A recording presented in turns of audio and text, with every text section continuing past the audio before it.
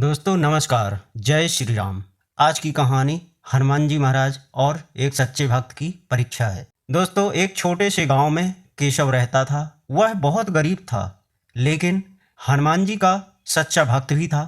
वह रोज मंदिर जाता था और हाथ जोड़कर प्रार्थना करता था कि हे बजरंगबली, मेरा विश्वास कभी मत टूटने देना। एक दिन गांव में भयंकर बारिश हुई। बारिश लगातार 3 दिन तक होती रही। नदी का पानी तेजी से बढ़ने लगा। पूरा गांव बाढ़ के खतरे में था। लोग सुरक्षित स्थानों पर जाने लगे। तभी केशव को एक बूढ़ी माँ की याद आई और वह गांव के बाहर रहती थी और बाढ़ में अकेली फंस गई। केशव तुरंत उसकी मदद करने के लिए निकल पड़ा। गांव वालों ने उसे रोक लिया। उन्होंने कहा, अपनी जान खतरे में मत डालो भाई। लेकिन केशव नहीं रुका। वह मुस्कुराकर बोला, जिसके सिर पर महाराज बजरंगबली जी का हाथ हो, उसे डरने की क्या जरूरत है। केशव तेज बहते पानी में वह उतर गया और अचानक उसका पैर फिसल गया और वह पानी में बहने लगा। उसने एक पेड़ की डाल पकड़ ली, लेकिन पानी का बहाव बहुत तेज था। केशव ने आसमान की ओर देखा और जोर से पुकारा, जय बजरंगबली, लेकिन कोई दिखा नहीं। केशव ने हाथ जोड़कर कहा, हे प्रभु हनुमान जी महाराज जी, मैंने आपसे कभी धन नहीं मांगा, आज बस उस बूढ़ी माँ को बचा लीजिए।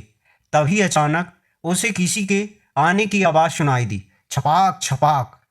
पानी में एक अजनबी उसकी ओर बढ़ रहा था। उसने केवल हाथ पकड़ लिया और उसे पानी से बाहर खींच लिया। केशव ने हैरानी से पूछा, भाई आप कौन हैं? अजनबी मुस्कुराया और बोला, जिसे तुमने पुकारा था उसी ने मुझे भेजा है।